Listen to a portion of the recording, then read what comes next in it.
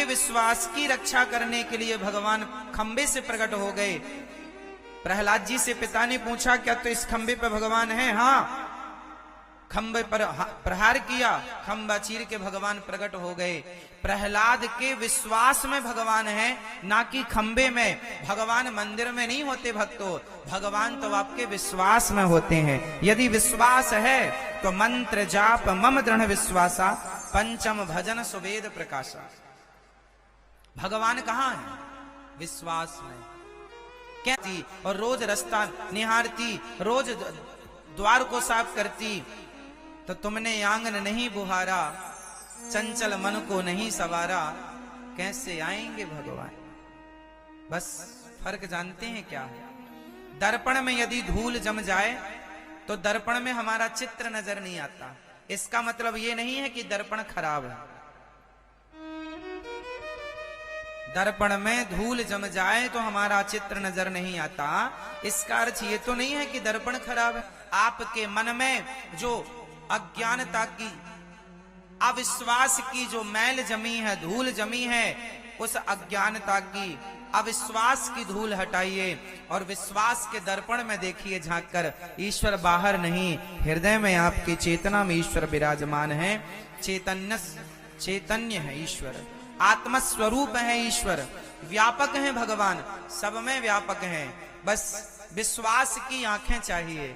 आपकी दो आंखें हैं, दो आंखों का तात्पर्य क्या है? श्रद्धा और विश्वास, सब जगह है। अच्छा एक बात बताओ, आपके हाथ में बैक्टीरिया है कि नहीं? हाँ या ना उत्तर दो। हैं? क्या दिखाई पड़ रहे हैं? देखना हो तो क्या करना पड़ेगा?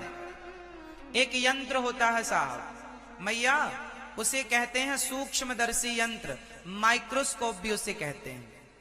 बिना मशीन के, बिना यंत्र के आपको बैक्टीरिया नजर नहीं आता, तो बिना श्रद्धा और बिना विश्वास की आंखों के भगवान कैसे नजर आएगा? कॉमन सेंस है, थोड़ा तो विचार करो कि बिना मशीन के, बिना यंत्र के गंदगी, बैक्टीरिया मीन्स गंदगी नजर नहीं आती, तो श्रद्धा और विश्वास। अर्जुन को जब भगवान ने गीता का उपदेश किया तो अर्जुन को भगवान ने विराट स्वरूप का दर्शन कराया, पर अर्जुन की आंखें बंद हो गईं, क्योंकि भगवान के इस विराट स्वरूप का दर्शन सबके वश का नहीं है। जिनमें करोड़ों सूर्य का प्रकाश हो, उन्हें इन आंखों से कैसे देखा जाएगा? तब भगवान ने अर्जुन को दिव्य चक्षु प्रदान किए, दिव्य आंखें दी। तो भगवान को कौन देख सकता है, कौन जान सकता है?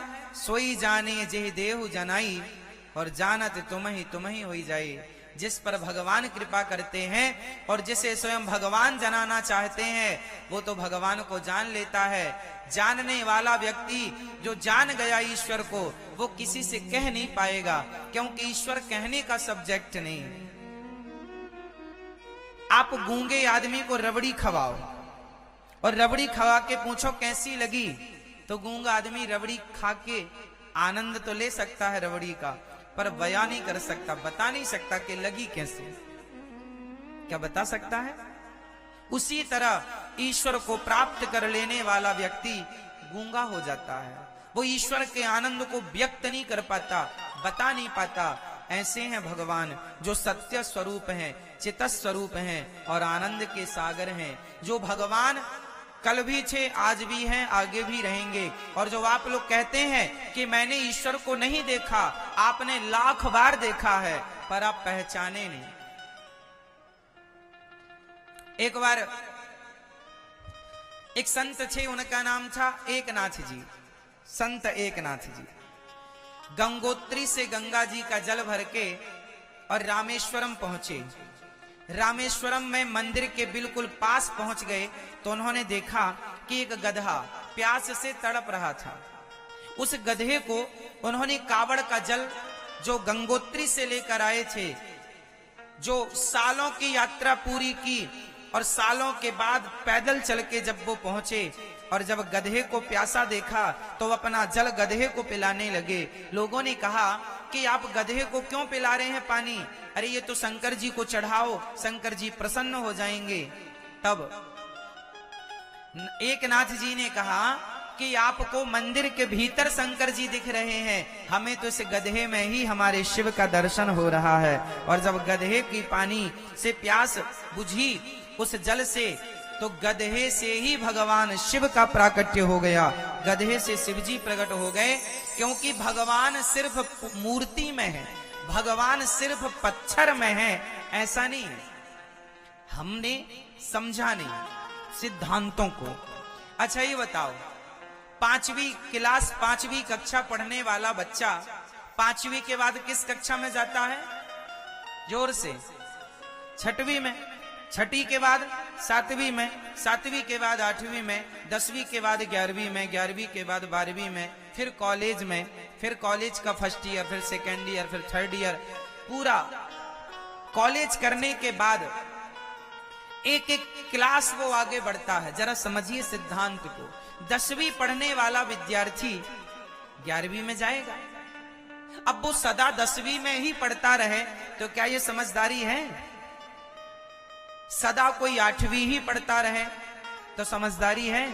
अरे 8वीं एक साल पढ़ ली, अब तो 9वीं में जा, 9वीं पढ़ ली तो अब तो 10वीं में जा। हर साल आपको आगे बढ़ना होता है। आप उसी कक्षा में पढ़े रहें, ये आपकी समझदारी नहीं है।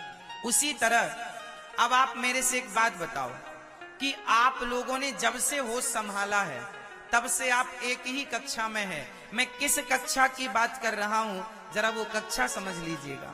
मैं किस क्लास की बात कर रहा हूं, जरा वो क्लास समझिएगा।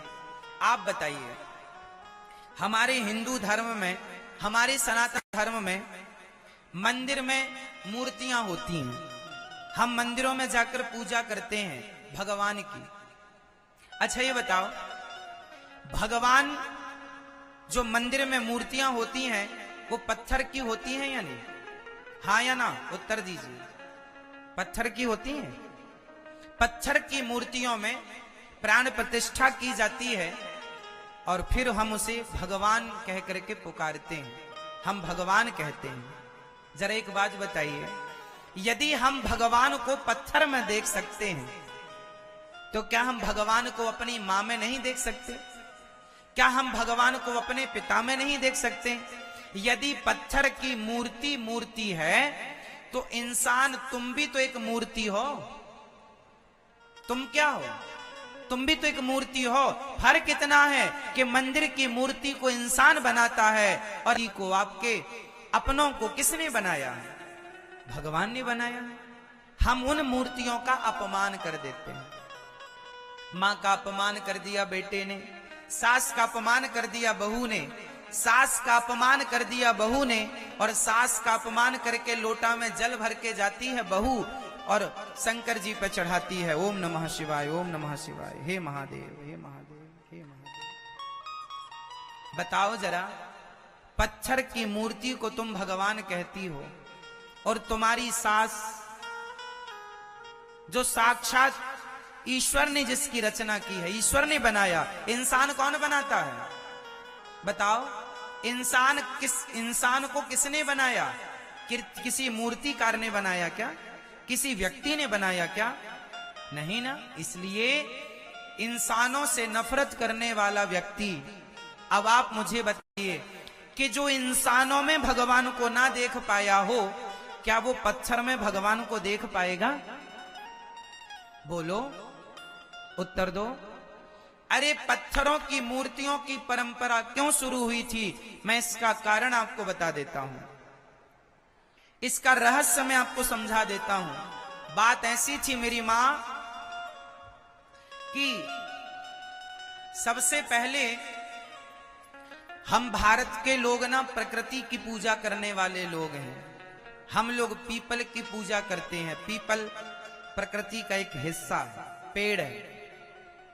बटवृक्ष की पूजा करते हैं, वो भी प्रकृति का एक हिस्सा है। तुलसी की पूजा करते हैं, तुलसी भी, ये सब वो पेड़ हैं, वो हमारी मान्यताएं हैं। साइंस कहता है कि 24 घंटे ऑक्सीजन तुलसी देती है, पीपल देता है, बटवृक्ष देता है, और हमारे यहाँ वर्षों से इनकी पूजा होती चली आई है। हम लोग नदियों की पूजा करते हैं, गंगा हो, यमुना हो, सरयू हो, सरस्वती हो, गोदावरी हो, कावेरी हो, हम इनकी पूजा करते आए हैं। हम समुद्र की पूजा करते आए हैं, गंगा सागर। हम भारत के लोग किसकी पूजा करते हैं? हम लोग पहाड़ की पूजा करते हैं। हमारे यहाँ गिरिराज जी हैं, हमारे यहाँ चित्रकूट में कामतानाथ जी हैं। पर्वतों की पूजा है, पर्वतों में जाके देवी बैठी है, उनकी पूजा है। हमारे यहाँ प्रकृति की पूजा होती है, नदियों की, समुद्र की, गाय की, कुत्ते को आखिरी रोटी डाली जाती है। जब पितृपक्ष श्राद्ध पक्ष आते हैं तो कौओं को दाना डालने की परंपरा रही है। हम कुल मिलाकर प्रकृति से जुड़े लोग हैं। तो इंसानों ने, हमारे बड़े बुजुर्गों ने एक भावना बनाई कि हिंदू एक ऐसा धर्म है, एक सनातन, एक ऐसी विचारधारा है कि जो पत्थर से लेकर, पशु पक्षी से लेकर, नदी तालाब से लेकर सब में भगवान को मानता है। जो इंसान को भगवान के रूप में देखता होगा, जो माँ को, पिता को, पति को, जो समाज में बड़े बुजुर्गों को, गुरु को, बच्चों को जो भगवान के रूप में देखता होगा, वही व्यक्ति पत्थर में भी और पेड़ पौधों में भी ईश्वर का दर्शन कर पाएगा। जो इंसान में भगवान को ना देख पाया, वो पत्थर में भगवान को कभी ना देख पाएगा। मैं मानो, पर किसे मंदिर में जो बैठे हैं वो भी भगवान है, पर तुम्हारी माँ, तुम्हारे पिता भी भगवान है। आप मंदिर में बैठे को भगवान माने और माँ बाप को अपमानित करें, ऐसे में भगवान कभी प्रसन्न नहीं हो सकते। 10वीं क्लास हमारे जीवन में भी 6 सब्जेक्ट है। कौन कौन से? हमारा पहला सब्जेक्ट क्या है? मातृदेवो भव। सेवा करना कि कम से कम 33 नंबर तो आ जाएं, पास तो हो जाओ, है ना। पिता की इतनी सेवा करना कि कम से कम 33 नंबर आ जाएं, पिता की सेवा करना। मातृदेवो भव, पितृदेवो भव, अतिथि देवो भव। अतिथि हमारे यहाँ भगवान के तुल्य माना जाता है। अतिथियों की इतनी सेवा तो करना कि 33 नंबर मिल जाएं। और आचार्य देवो भव, अपने गुरुजनों की इतनी सेवा करो कि कम से कम 33 नंबर मिल जाएं। ये 4 सब्जेक्ट ये हैं। और 2 सब्जेक्ट कौन से? अपनी पत्नी और अपने पति। पति को पत्नी के लिए और पत्नी को पति के लिए। को इतने अच्छे संस्कार दो कि कम से कम गृहस्थी में आपको 33 नंबर तो मिल जाए। पास होना है यदि गृहस्थी में तो 33 नंबर चाहिए, 33 नंबर। कई पुरुष अपनी पत्नी को समय नहीं दे पाते, उसे प्रसन्न नहीं रख पाते। कई पत्नियां अपने पति को प्रसन्न नहीं रख पाती। कई माँ बाप अपने बच्चों को योग्य संस्कार नहीं दे पाते, बच्चों को सही शिक्षा नहीं दे पाते। कम से कम 33 नंबर तो लाओ। और आखिरी विषय, 6ठा सब्जेक्ट है धर्म, जिसमें भगवान आ गए, ये भागवत आ गई, कथा आ गई। धर्म, जीवन में आपके भीतर इतना धर्म हो, भगवान में इतनी आस्था हो, इतनी श्रद्धा तो हो, इतना प्रेम हो, इतनी श्रद्धा और इतना विश्वास हो कि कम से कम उस धर्म में, उस श्रद्धा विश्वास में 33 नंबर तो मिल जाएं तो आपका नैया, आपकी नैया पार हो जाए। तो गृहस्थी चलाने के लिए भी, जीवन जीने की शैली भी 6 सब्जेक्टों पर टिकी हुई है। ये 6 विषय आपके कम से कम 33 नंबर से तो भरे हों। यदि आगे की कक्षा में के संग चले जाते हैं,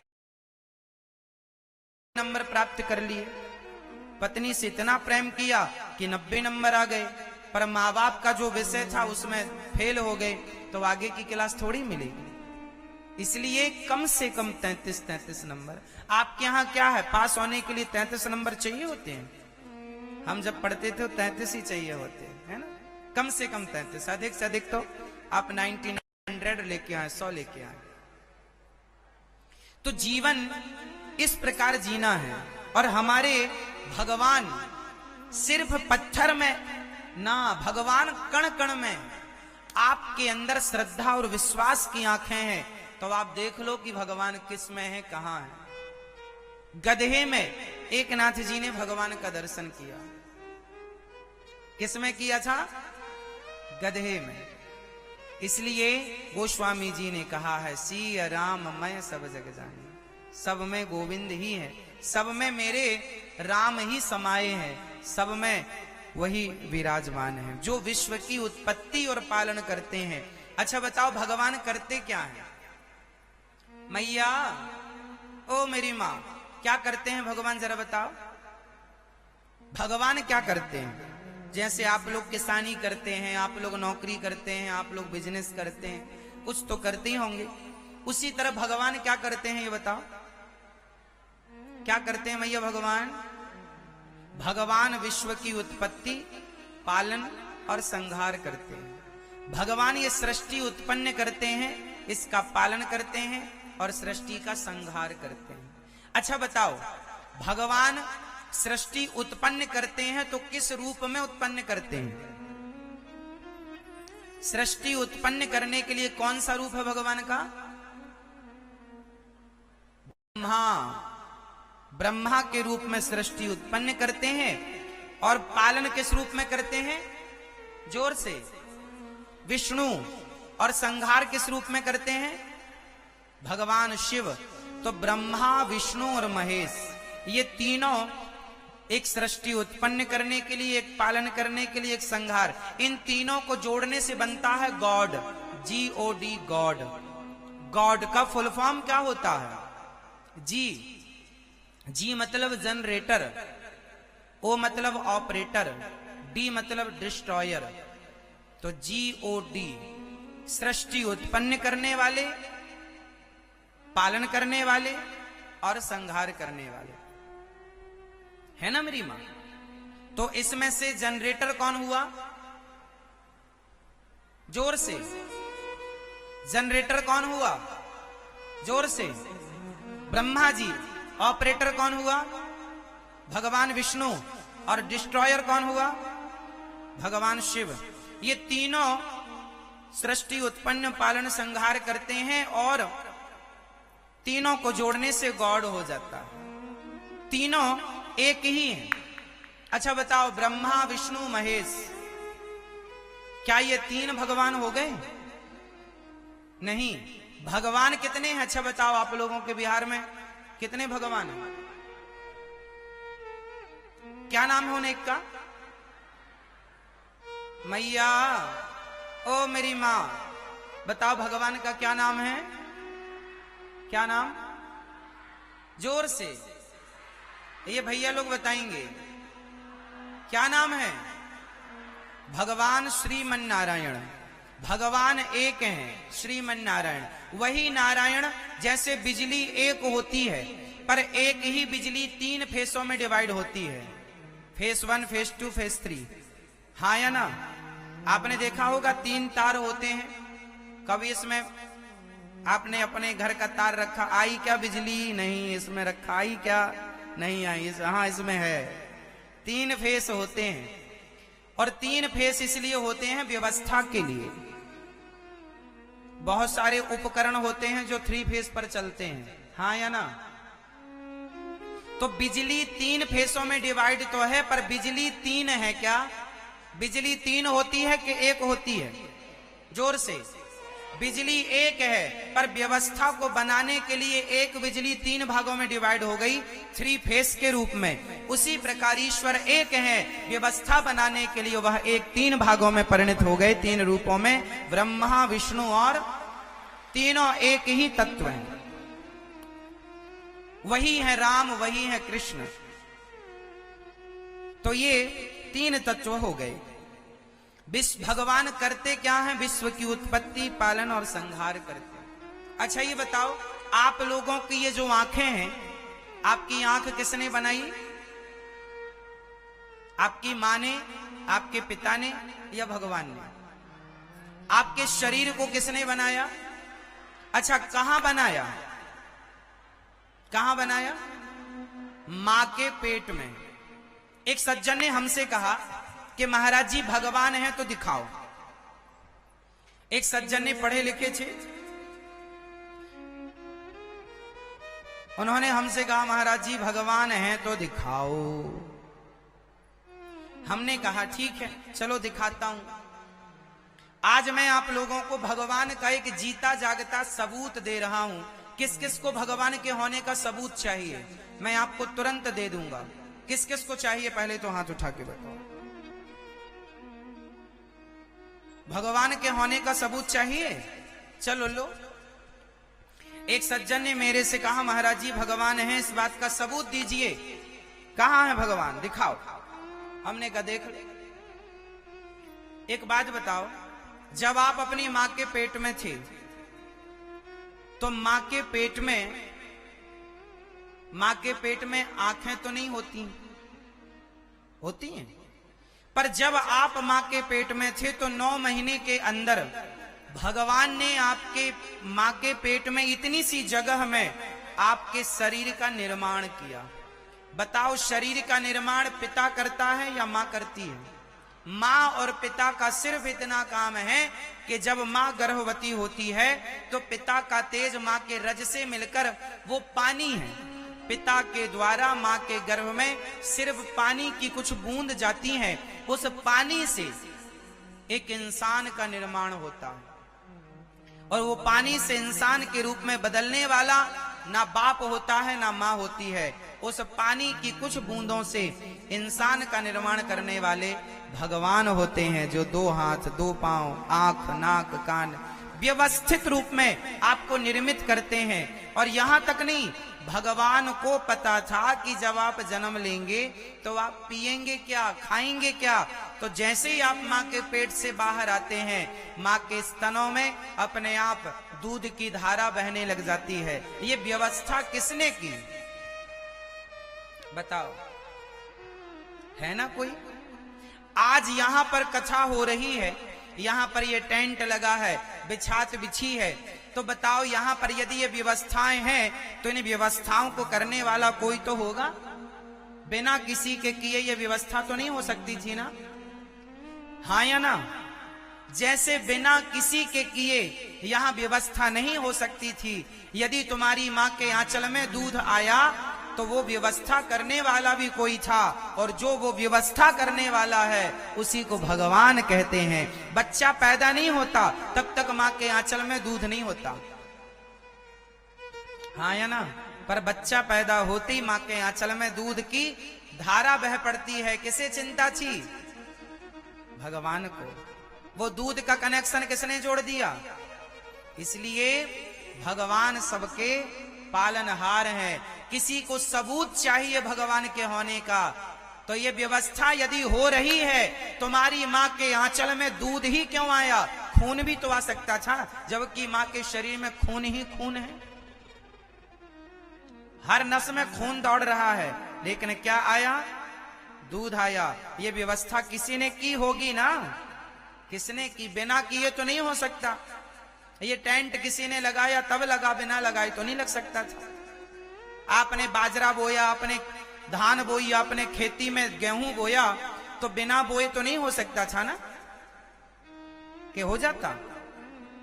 कोई यदि खेत में धान लगी है, खेत में गेहूं लगी है, तो खेत की गेहूं लगी है तो वो बता रही है कि इसको बोने वाला कोई है, इसको सुचारू रूप से देखभाल करने वाला कोई है।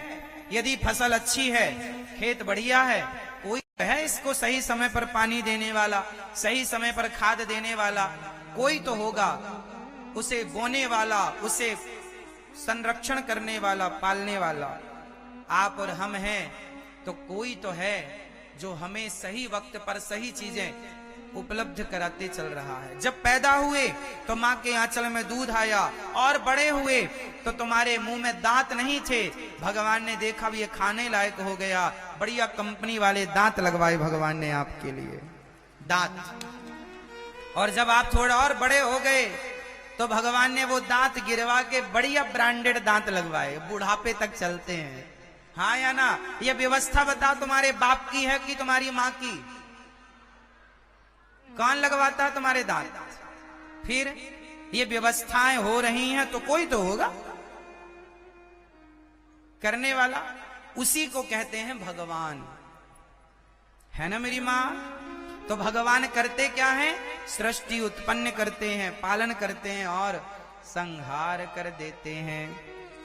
तापत्रय विनाशाय, भगवान 3 प्रकार के दुखों का नाश करते हैं। दुख कितने प्रकार के होते हैं? दुख कितने प्रकार के होते हैं? 3। दैहिक, दैविक, भौतिक, तापा, राम राज्य काहू नहीं व्यापा। 3 प्रकार के दुख होते हैं। दैहिक, जो देह से दुख उत्पन्न होता है, बुखार हो जाना, बीमारियां हो जाना। दैहिक, दैविक, जो देवताओं से अधिक पानी बरस जाना, अधिक ओला गिर जाना। और भौतिक, भौतिक मतलब किसी का एक्सीडेंट हो गया, पशु पक्षी ने प्रहार कर दिया, सांप ने डस लिया, बिच्छू ने डंक मार दिया, नंदी ने, बैल ने धक्का मारा, कुछ भी, ये भौतिक दुख है। 3 प्रकार के दुखों से भगवान सदा रक्षा करते हैं, इसलिए भगवान की शरण में रहना चाहिए। राम राज्य काहू नहीं व्यापा। भगवान की शरण में रहने वाले को कभी दुख नहीं होता। एक बात बताओ, सुग्रीव बहुत दुखी थे। सुग्रीव बहुत दुखी थे। सुग्रीव के भाई ने खूब मारा, सुग्रीव को निकाल दिया और सुग्रीव की पत्नी पर कब्जा कर लिया। सुग्रीव पहाड़ पर रहा करते थे और वर्षों से रह रहे हैं, कोई सुनने वाला नहीं। सुग्रीव का दुख किसी ने दूर नहीं किया। पर जब सुग्रीव के जीवन में भगवान राम की एंट्री हुई तो राम ने सुग्रीव का सारा दुख दूर किया कि नहीं? हाँ या ना? बाली को मारा, पत्नी लौटाई सुग्रीव की। जो भगवान की शरण में आ जाता है, भगवान उसके सारे दुखों को समाप्त कर देते हैं। इसलिए जरूरत है तो केवल भगवान का हो जाने की जरूरत है। हम भगवान के हो नहीं पाते, इसलिए हमारे जीवन में दुख नहीं जाता। आप में से कितने लोगों के जीवन में दुख है तो हाथ उठाओ। किस किस के जीवन में दुख है? उठा लो हाथ, यदि है तो उठा लो, कोई बुराई छोड़ी है। मैया तो लगभग हाथ उठा रही हैं, पुरुष लोग हाथ उठाएं यदि है तो। चलो, बहुत लोगों ने हाथ उठाया है, बहुत लोगों ने नहीं उठाया। कुछ लोगों के जीवन में दुख है तो उठाया है, नहीं है तो नहीं उठाया। अच्छा ये बताओ, आप लोगों के जीवन में दुख है, किस बात का दुख है आप लोगों के जीवन में? मैया, ओ मेरी प्यारी माँ, किस बात का दुख है आपके जीवन में? महाराज, हमारा बेटा सुनता नहीं है, हमारी बहू बिल्कुल नहीं सुनती। एक मैया मेरे पास आई, बोली महाराज हमारी बहू नहीं सुनती। हमने कहा बहरी है क्या?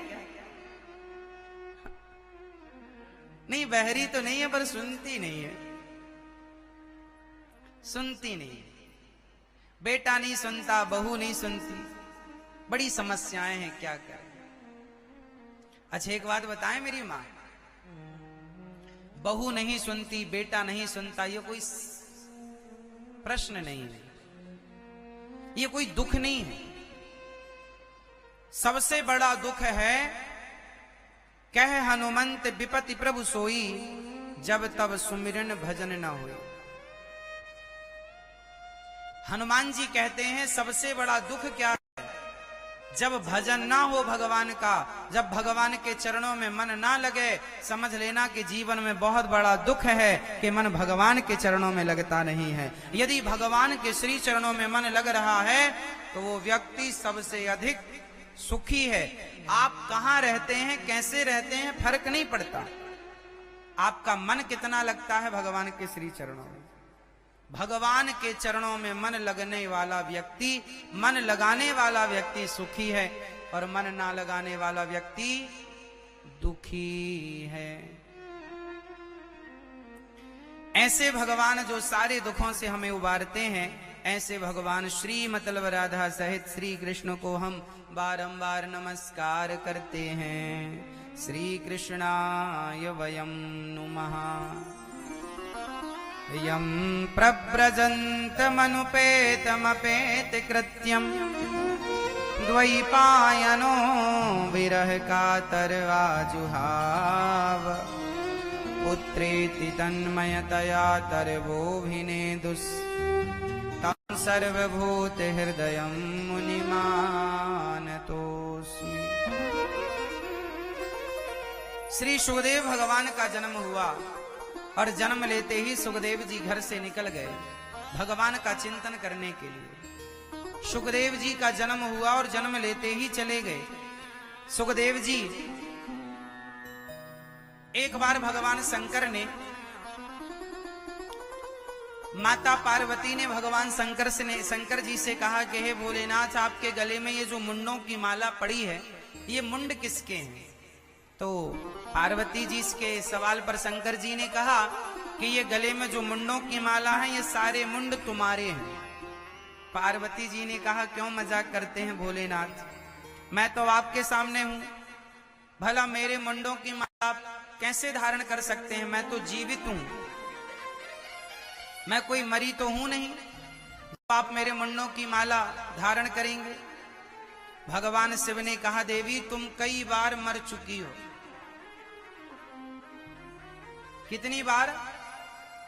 कई बार मर चुकी हो तुम, कई बार तुम्हारी मृत्यु हो चुकी है। तुम्हारा वियोग मैं सहन नहीं कर पाता और तुम्हारे मुंडों की माला को मैं धारण कर लेता हूं। अच्छा, तो शंकर जी से माता पार्वती ने कहा कि प्रभु, मैं बार बार मर जाती हूं और आप मरते ही नहीं, आखिर आपने ऐसा क्या किया है कि आप मरते ही नहीं? भगवान शंकर ने कहा कि मैंने अमर कथा सुनी है और जो अमर कथा सुन लेता है फिर वो कभी मरता नहीं। अच्छा, तो हमें भी सुनाओ। भगवान शंकर माता पार्वती को लेकर अमरनाथ गए। अमरनाथ के जंगलों में एक पेड़ की छांव में बैठकर कथा सुनाने लगे। वहीं पर एक तोती ने अपने बच्चे को रख रखा था। शंकर जी ने कथा सुनाने के पहले डमरू बजाई, सारे पशु पक्षी उड़ गए, पर वो नन्हा सा बालक जो अभी नवजात था, नन्हा सा पक्षी उड़ा नहीं। शंकर जी ने कथा सुनाई, माता पार्वती नींद में डूब गईं और माता पार्वती के सो जाने पर तोते ने वो सारी कथा सुनी और हुंका देने लगा तोता। जब सारी कथा तोते ने सुन ली और कथा पूरी हुई तो जयकारा लगाई भगवान शंकर ने, बोलिए कृष्ण कन्हैया लाल की। और जयकारा लगी तो माता पार्वती की नींद टूटी। हाँ भोलेनाथ, फिर आगे क्या हुआ? शंकर जी ने कहा, मैंने तो पूरी कथा सुना दी, क्या हुआ, क्या कहती हो? कथा तो पूरी हो गई। पार्वती ने कहा, भोलेनाथ कथा तो पूरी हो गई, पर मैं सो गई थी, मैं सुन ना पाई। माता पार्वती ने कहा, यदि आप सो गई थी, आपने सुना नहीं तो हुंका तो बराबर मिला। फिर नाथ जी आया, वहां वेद व्यास जी की पत्नी मासिक धर्म से निवृत्त होकर अपने बाल सुलझा रही थी कि उनके मुख के द्वार से तोता गर्भ में प्रवेश कर गया और गर्भ में जाकर बैठा। 12 साल शंकर जी आए, देवी मेरे तोते को, मेरा दुश्मन जिसने चोरी से कथा सुनी, चोर को निकालो। कौन सी चोरी कर ली आपकी? मेरी कथा सुन ली। व्यास जी की पत्नी ने कहा, कौन सी कथा? बोले अमर कथा। बोले जब अमर कथा सुन ही ली तो ये मरेगा कैसे? और मर जाएगा तो अमर कथा की महिमा कम नहीं हो जाएगी? शंकर जी वहां से चले गए। सच्चाई तो ये थी कि कथा उस तोते को ही सुनवानी थी, पार्वती जी तो निमित्त बनी। कथा तोते को ही सुनवानी थी, पार्वती जी निमित्त बनी। शंकर जी उस स्थान से अपने स्थान पर गए और बड़े चिंतन किया और चिंतन करते करते करते करते वो तोता भगवत चिंतन करते करते स्वयं भगवान के स्वरूप को प्राप्त कर गया। ये सुंदर सी बात है कि आप जिसका चिंतन करते हैं आप वैसे हो जाते हैं। शंकर जी के द्वारा दिव्य कथा का लाभ लिया गया। तोता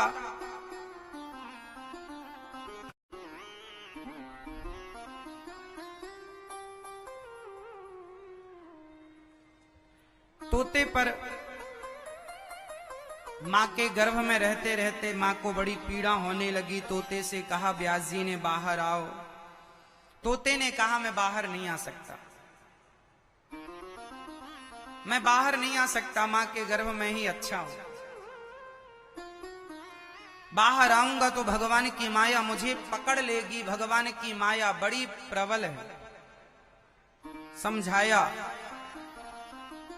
तोते को।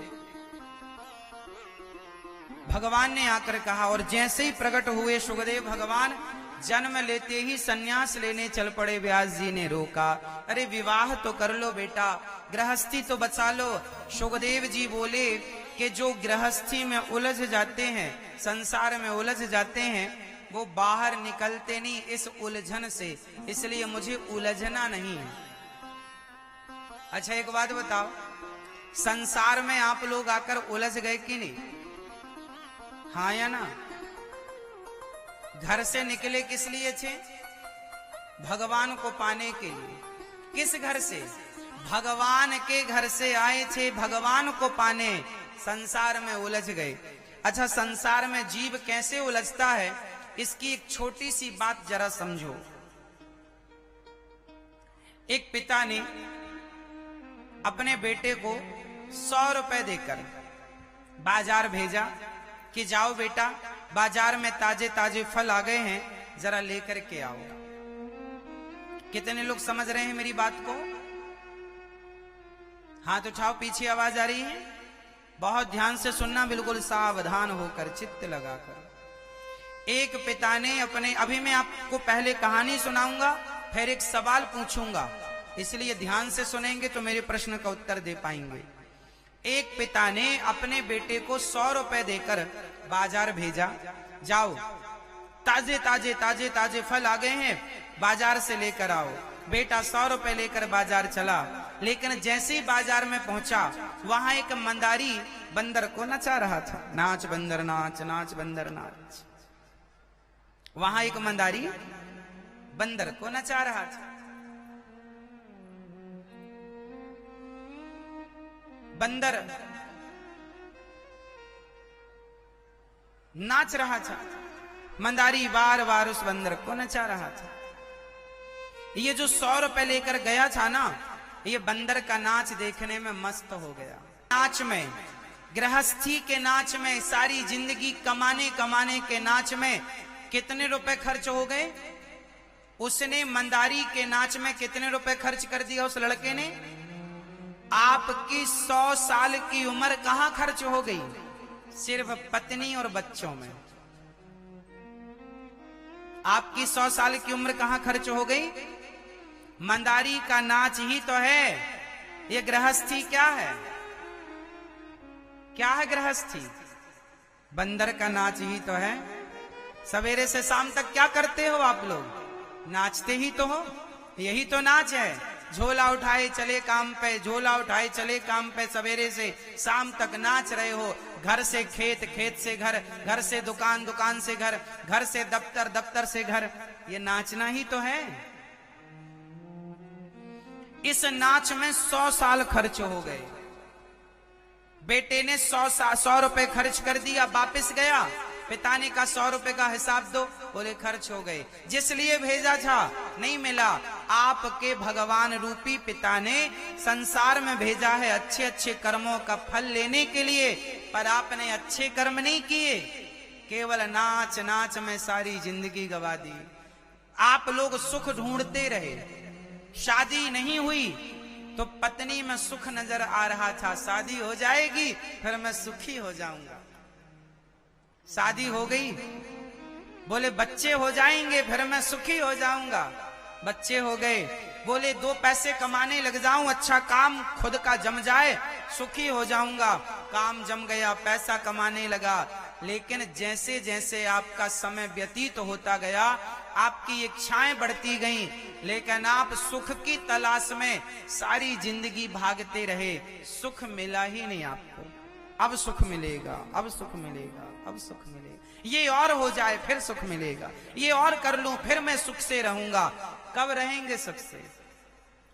हाँ, सारी जिंदगी तलाश किसकी रही आपको? उत्तर दो। आपको सारी जिंदगी किसकी तलाश रही? मिला। बंदर के नाच में, परिवार की गृहस्थी की जिम्मेदारियों में 100 साल खर्च हो गए और 100 साल मर के जब गया भगवान के पास, भगवान ने कहा चल हिसाब दे 100 रुपए का, तेरी उम्र जितनी थी उसका हिसाब दे दे। गया था अच्छे कर्म करने, पर लोभ लालच में पापाचार भ्रष्टाचार करता है। भ्रष्टाचार देखिए ना, कितना सिर चढ़ के बोलता है भ्रष्टाचार। आदमी बस पैसा कमा रहा है, पैसा, चाहे उस पैसे के लिए किसी का मर्डर करना पड़े तो लोग मर्डर कर रहे हैं, हत्या कर रहे हैं, अपने ईमान की, अपने धर्म की हत्या करके बस पैसा कमा रहे हैं। पैसा पैसा, आज पैसे के लिए दुनिया पागल है। ईमान बिक रहा है तो बिकने दो, जा रहा है जाने दो। हर व्यक्ति 1000 रुपए, 2000 रुपए, 5000 रुपए, 50,000 रुपए भ्रष्टाचार से ले रहा है। भ्रष्टाचार, पैसे दोगे तो काम करूंगा, नहीं दोगे तो नहीं करूंगा। हर व्यक्ति अपनी जगह भ्रष्ट हो चुका है। क्यों?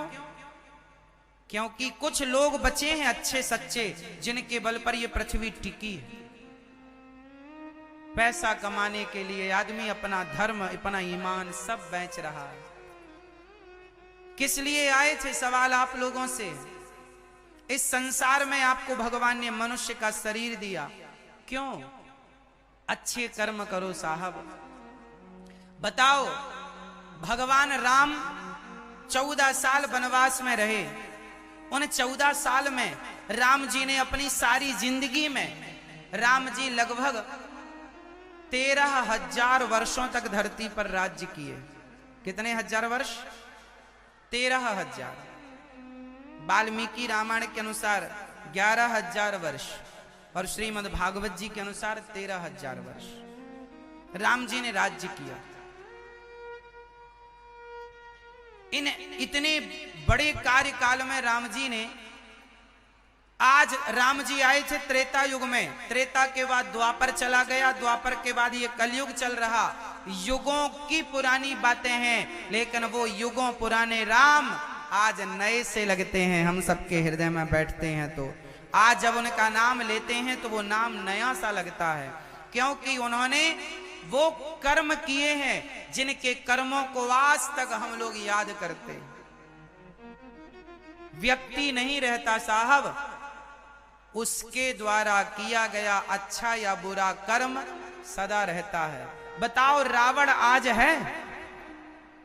रावण नहीं है, लेकिन रावण के किए कर्म आज तक लोग कहते और सुनते हैं। राम आए, अपनी लीला पूरी करके घट घट में व्याप्त हो गए, लेकिन उनके कर्मों को आज तक लोग स्मरण करते हैं, याद करते हैं। ऐसे हम भी आए हैं, हम भी चले जाएंगे, पर हमारे अच्छे और बुरे कर्मों को लोग याद रखेंगे। आप भी आए हैं, आप भी चले जाएंगे, आपके अच्छे बुरे कर्मों को लोग याद करते हैं। इसलिए ये जीवन अच्छे कर्मों के लिए मिली है।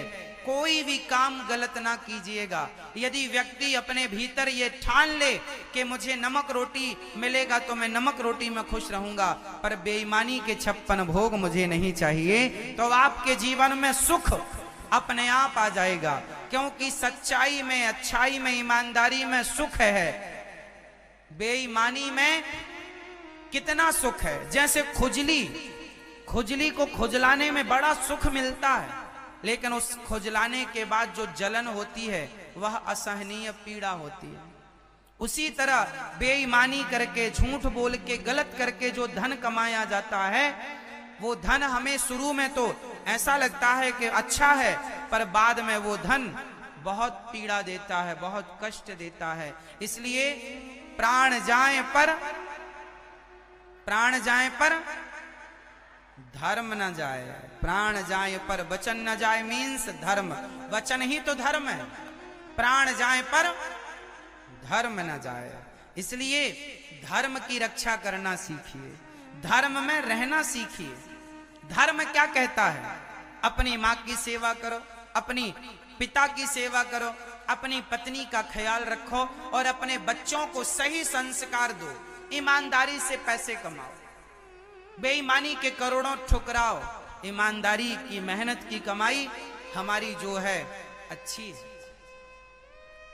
ये दास अनिरुद्ध, आप लोग कभी वृंदावन आना, आपके गांव के ये भक्त जन जो भागवत जी की आयोजन समिति है, आप लोग वृंदावन आए थे कथा की डेट लेने के लिए, तब शायद आप लोगों ने वहां की सेवाएं देखी हों। वृंदावन में जो वृद्ध माताओं की सेवा होती है, अन्य क्षेत्र की सेवा होती है, आप कभी आकर अपनी आंखों से वृंदावन की सेवा देखिएगा। भाई बात यह है ना कि यदि आपके अंदर धर्म है तो आप सारी जिंदगी अच्छे अच्छे काम करेंगे। अधर्म जब सवार होता है, अधर्म जब प्रवेश कर जाता है व्यक्ति के जीवन में, तो वह गलत काम करना स्टार्ट कर देता है। वृंदावन में 264 वृद्ध माताएं रहती हैं। आप में से कितने लोगों ने वृंदावन आकर कभी दर्शन किया है गौरी गोपाल आश्रम का? कितने लोगों ने दर्शन किया? हाथ उठाओ। इतने लोगों ने दर्शन किया है। वहां वृद्ध माताएं रहती हैं, वो माएं जिनके अपने बच्चे सेवा नहीं करते, निकाल देते हैं। आजकल जानते हैं बेटे अपने माओं को घर से निकाल देते हैं, वो वृद्ध माएं रहती हैं गौरी गोपाल वृद्धाश्रम में। सेवा करता हूं, गौरी गोपाल वृद्धाश्रम में रसोई चलती है, हजारों लोगों को भोजन मिलता है, सेवा चलती है। मुझे सेवा करने में सुख मिलता है, अच्छा लगता है। आप लोगों से कहूंगा कि आप भी इस सेवाओं से जुड़ने लायक हैं, तो आप भी इन बूढ़ी माओं के लिए, अन्य क्षेत्र के लिए आप भी इन सेवाओं से जुड़ सकते हैं। आप भी अपने धन को माओं की सेवा से, वृंदावन में चल रही रसोई, जो वृंदावन की रसोई भारत के 5वें नंबर की रसोई गौरी गोपाल जी की रसोई, सबसे बड़ी रसोई, कोई आ जावे सबको भरपेट भोजन मिलता है, अन्नदान होता है। आप भी अन्नदान से जुड़ सकते हैं। कुल मिलाकर कहना यह है कि शरीर है, जीवन है, तो परमार्थ सेवा, सेवा ही परम धर्म है। सेवा के लिए जियो, सेवा करो। प्रिय भक्तों, ऐसे सुखदेव भगवान जो जन्म लेते ही भगवत चिंतन में लग गए, व्यास जी ने उन्हें बुलाया शिष्यों को, श्लोक रटाकर वरहा पीडम नटवर वपु कर्णयोः कर्णिकारम, बड़े सुंदर है। फिर भगवान ने सुना कि यहो वकीयम स्तन कालकूटम, बड़े दयालु हैं। तब व्यास जी के पास आए, भागवत जी पढ़ी, समझा, और सुखदेव भगवान ने राजा परीक्षित को भागवत सुनाई। ऐसे सुखदेव भगवान को बारंबार नमस्कार करते हैं। आप लोग भी अपना हिसाब किताब तैयार रखना। जब आप जाएंगे वापस भगवान के यहाँ, तो भगवान हिसाब मांगेंगे। 100 साल की उम्र का, 50 साल की उम्र का, चलो हिसाब दो, क्या देंगे?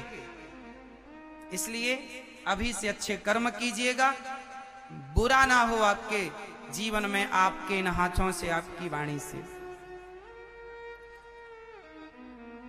88,000 ऋषियों के बीच में सूत जी महाराज का आगमन हुआ। सूत जी को खड़े होकर सब ऋषियों ने प्रणाम किया, और शौनक आदि ऋषियों ने सूत जी से कहा, भक्ति ज्ञान विरागाप्तो विवेको वर्धते महान, माया मोह निरासश्च वैष्णवै क्रियते कथम। हे सूत जी, हमें ऐसी कथा सुनाइए जो हमारी भक्ति बढ़ावे, हमारा ज्ञान बढ़ाए। ऐसी कथा हमें श्रवण करा दीजिए। कथा हमेशा क्या बढ़ाती है? भक्ति बढ़ाती है। कथा ज्ञान बढ़ाती है, भगवान से रिश्ता जोड़ देती है। हाँ, भगवान से रिश्ता ओ हमें रख लेना मेरे श्याम, तेरी दरबारी में।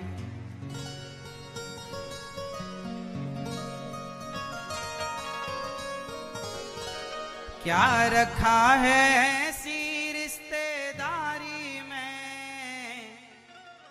भागवत जी हमें भगवान से रिश्ता जोड़ने का काम भागवत जी हमें कराती हैं। कृपा का वर्णन श्री सूत जी महाराज ने शौनक आदि ऋषियों से कहा। जब उन्होंने कहा हमें कथा सुनाइए,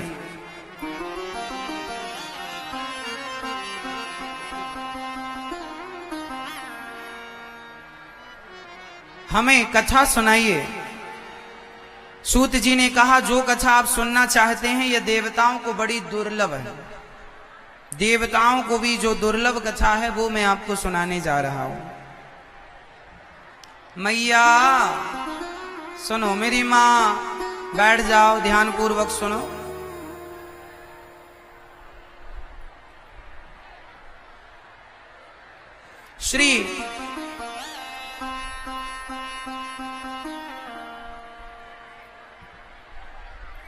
श्री सुखदेव भगवान सूत जी महाराज कहते हैं कि भागवत जो आपको मैं सुनाने जा रहा हूं यह देवताओं को भी दुर्लभ है। एक बार देवता सारे तीर्थों में, एक बार देवता स्वर्ग के अमृत को लेकर मृत्यु लोक में सुखदेव भगवान के पास आए। परीक्षित को जहां सुखदेव भगवान कथा सुना रहे थे शुकताल, स्वर्ग के राजा इंद्र ने कहा कि आप कथा जो परीक्षित को सुना रहे हैं वो कथा आप हमें सुनाइए और बदले में स्वर्ग का अमृत आप परीक्षित को पिला दीजिए। जो स्वर्ग का अमृत है ना,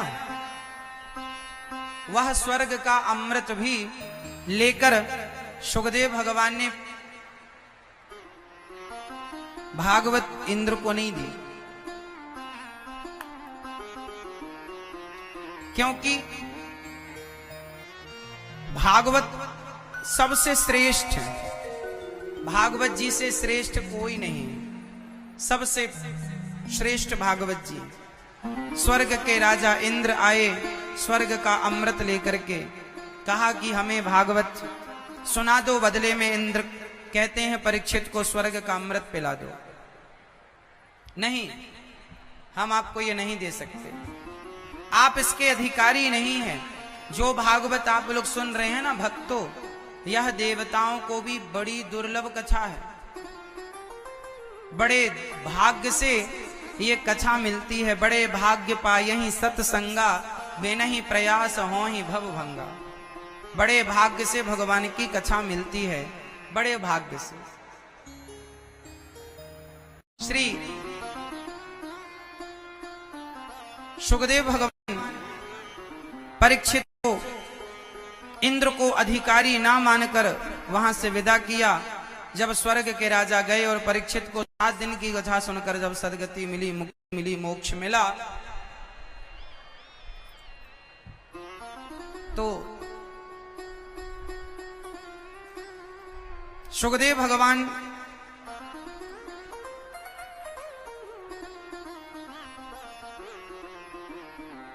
वहां से इंद्र ने तराजू बांधी। जब सुखदेव भगवान ने भागवत सुनाई और परीक्षित की सदगति हुई, तो सुखदेव भगवान के द्वारा कही कथा से परीक्षित जी की सदगति हुई। तो इंद्र को बात पची नहीं। स्वर्ग पर तराजू बांधकर देखा कि भागवत जी का पलड़ा कितना भारी है। भागवत जी का पलड़ा कितना भारी है। तौल कर देखा, एक पलड़े पर भागवत जी को रखा, दूसरे पलड़े पर स्वर्ग के तमाम सुखों को रखकर तौला। भागवत जी का पलड़ा भारी था। भागवत जी से भगवान प्रकट हो गए। इंद्र ने नमस्कार किया, प्रभु आप यहाँ? भगवान बोले, हम तो यहीं रहते हैं, जहां भागवत है वहीं भगवान है। इसलिए भागवत श्रवण करने वाले के चित्त में भगवान प्रवेश कर जाते हैं। भागवत श्रवण करने वाले के चित्त में भगवान विराजमान हो जाते हैं, विराजित हो जाते हैं। प्रिय भक्तों,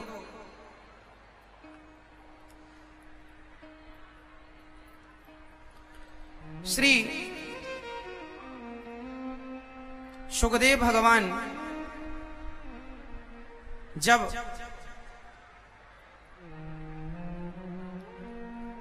राजा परीक्षित को भागवत सुना रहे थे, इंद्र को इस बात का बड़ा घमंड था कि मेरे स्वर्ग के अमृत से बड़ा कुछ नहीं।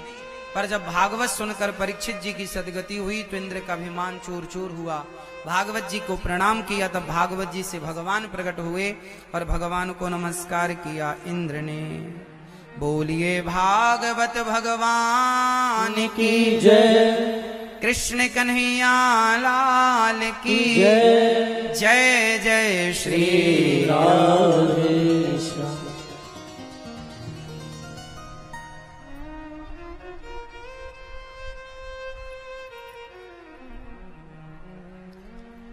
श्री देवर्षि नारद जी ने भी एक बार भागवत सुनी और देवर्षि नारद जी ने जब भागवत सुनी तो परीक्षित ने पूछा, सूत जी ने पूछा कि नारद जी को क्यों सुनना पड़ा। एक बार नारद जी समस्त तीर्थों में गए शांति पाने के लिए, पर शांति नहीं मिली। पुष्कर, प्रयाग, काशी, गोदावरी, हरे क्षेत्र, कुरुक्षेत्र, रंगनाथ, सारे तीर्थों में नारद जी गए, कहीं शांति नहीं, कहीं शांति। नारद जी सारे तीर्थों में भ्रमण करके जब वापस आए, तब नारद जी वृंदावन पहुंचे। पहले तो गृहस्थों के घर गए शांति पाने के लिए कि गृहस्थों के यहां शांति है कि नहीं। शांति कहीं नजर नहीं आई, क्योंकि शांति, अच्छा ये बताओ, आप में से कितने लोग शांति पाना चाहते हैं? जो शांति पाना चाहते हैं वो हाथ उठाएं। इस तरफ पाएंगे? शांति पाने के लिए क्या करना चाहिए बताओ? मैया, ओ मेरी मां, सुन लो मेरी मां, बैठकर शांति पाने के लिए क्या चाहिए? अब आप चाहते क्या है? शांति पाना, पर शांत तो होते ही नहीं। शांति पाने के लिए हमें शांत होना पड़ता है, और शांत सिर्फ वाणी से नहीं, अपने मन की चंचलता को भी शांत करना पड़ता है। जिसने अपने मन को शांत कर लिया है वही शांति को प्राप्त होगा, और मन को शांत करने के लिए शांत चित्त से सत्संग करना चाहिए, तब जाके मन शांत होता है। इसलिए चुपचाप बैठो और प्रेम पूर्वक भागवत जी की पावन अमृतमयी कथा को सुनो। एक बार नारद जी शांति पाने सारे तीर्थों में गए, पर शांति नहीं मिली। ना पश्यम कुत्रमिच्छर्मः मनः संतोषिकारकम्, कहीं शांति नहीं। कहां कहां गए? पुष्करम च प्रयागम च काशीं गोदावरीं तथा हरिक्षेत्रम कुरुक्षेत्रम श्रीरंगम सेतुबंधनम। नारद जी सारे तीर्थों में गए, शांति कहीं नहीं। तरुणी प्रभुता गेहे श्याल को बुद्धिदायक, आजकल घर में नई नई बहुओं की चल रही है, सास की कोई पूछ नहीं। अच्छा, बिहार का क्या हाल है? यहां सासों की ज्यादा चलती है कि बहुओं की? हाँ, जोर से, किसकी? 50-50 है क्या?